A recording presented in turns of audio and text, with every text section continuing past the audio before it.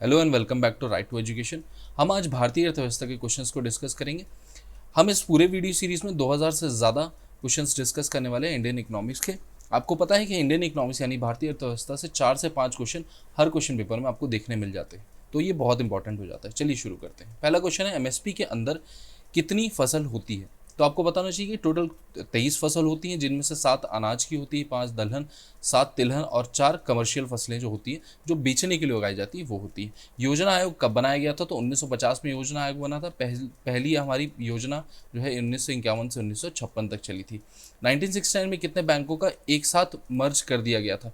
तो 14 बैंकों को 1969 में मर्ज किया गया था। 101वें संविधान संशोधन किससे संबंधित है? तो ये जीएसटी से संबंधित है। जो संविधान संशोधन विधेयक था वो 144वां था। संविधान में नीति निर्देशक तत्व किस भाग में दिए हुए हैं? तो आपको याद रखना है, भाग 4 में दिए हुए हैं। भारत में राष्ट्रीय आय की गणना कौन करता है? तो यह संस्थान है केंद्रीय सांख्यिकी संगठन, सेंट्रल स्टैटिस्टिकल ऑर्गेनाइजेशन। नाबार्ड का फुल फॉर्म है national bank for agriculture and rural development, NABARD का फुल फॉर्म है। एसबीआई की स्थापना कब हुई थी? तो 1 जुलाई 1955 में एसबीआई की स्थापना की गई थी। किस बैंक के द्वारा यूनो ऐप लॉन्च किया गया है? तो वो है स्टेट बैंक ऑफ इंडिया। 1980 में कितने बैंकों का राष्ट्रीयकरण किया गया था? तो हमने देखा कि टोटल 6 बैंक का राष्ट्रीयकरण किया गया था, नेशनलाइजेशन किया गया था। भारत का पहला बैंक का नाम क्या है? तो बैंक ऑफ हिंदुस्तान भारत का पहला बैंक था, जो 1770 में बना था। भारतीय योजना समिति के वास्तुकार कौन थे? तो वो थे प्रशांत चंद महालनोबिस, पीसी महालनोबिस। मौद्रिक नीति का संचालन किसके द्वारा किया जाता है? तो वो किया जाता है रिजर्व बैंक ऑफ इंडिया के द्वारा। किसी अर्थव्यवस्था में निजी उद्योग के द्वारा दाम निर्धारित किया जाता है, तो ये अर्थव्यवस्था होती है पूंजीवादी अर्थव्यवस्था यानी कैपिटलिस्ट इकोनॉमी।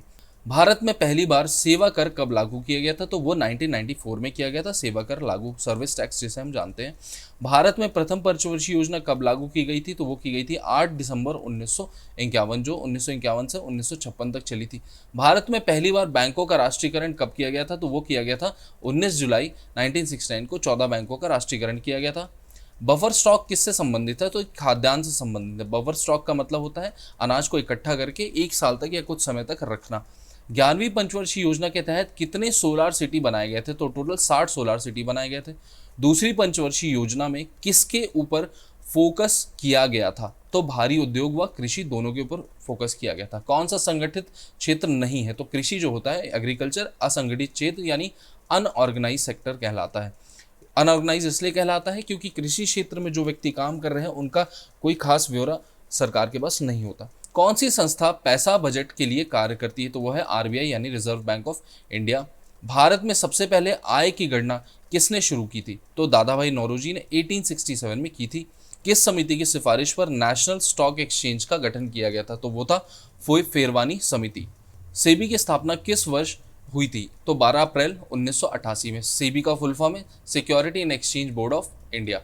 भारत में पंचवर्षीय योजना के अंतिम स्वीकृति कौन देता है? तो राष्ट्रीय विकास परिषद देता है। Bank of Calcutta, bank of Bombay और बैंक ऑफ मद्रास का मर्ज करके कौन सा बैंक बनाया गया था? तो इंपीरियल बैंक बनाया गया था, जो बनाया गया था 27 जनवरी 1921 को।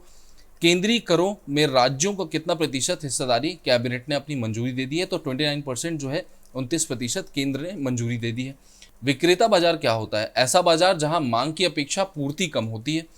United nation conference on trade and development UNCTAD का प्रथम सम्मेलन कब हुआ और कहां आयोजित किया गया था? तो ये जिनेवा में 1964 को आयोजित किया गया था। योजना में कोर सेक्टर का क्या तात्पर्य है? चयनित आधारभूत उद्यम यानी जो बेसिक इंडस्ट्रीज होती हैं वो कोर सेक्टर होती हैं। भारत में सकल घरेलू बचतों में किस क्षेत्र का योगदान सर्वाधिक होता है? घरेलू क्षेत्र का योगदान सर्वाधिक होता है। इंडिया इज फॉर सेल नामक पुस्तक किसके द्वारा लिखी गई है? चित्रा सुब्रमण्यम के द्वारा।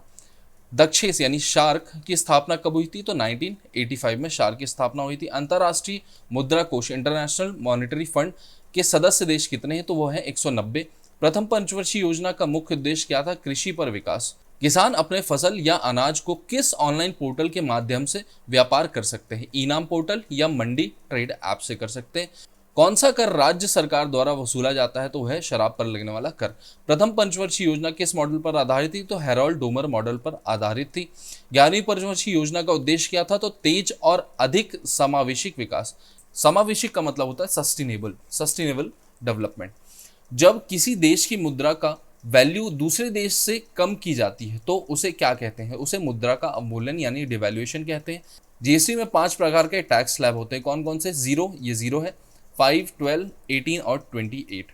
भारत में धन या मुद्रा आपूर्ति का विनियमन प्राधिकरण कौन सा है? तो वो है आरबीआई।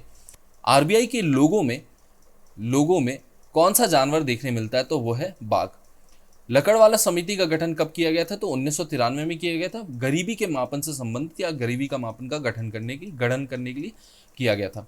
एसजीएसटी का फुल फॉर्म क्या है? State goods and services tax.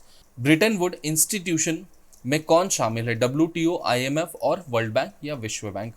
2017 में कौन सी पंचवर्षीय योजना समाप्त हुई थी? तो वो थी 12वीं पंचवर्षीय योजना, और यही लास्ट पंचवर्षीय योजना थी। इसके बाद नीति आयोग का गठन हो जाता है। तो नीति आयोग का गठन आप देखेंगे तो बहुत पहले ही हो चुका होता है, यानी 2015, 1 जनवरी 2015 को हो चुका होता है।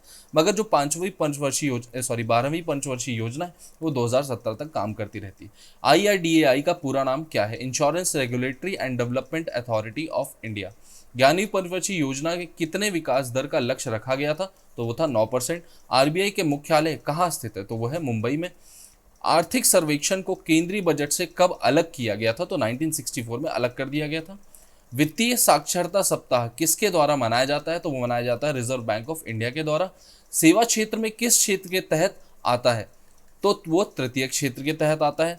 विदेश में होने वाली निवेश को क्या कहा जाता है? प्रत्यक्ष विदेशी निवेश यानी एफडीआई कहा जाता है। फॉरेन डायरेक्ट इन्वेस्टमेंट, जो भी निवेश विदेश से भारत में होता है उसे एफडीआई कहते हैं।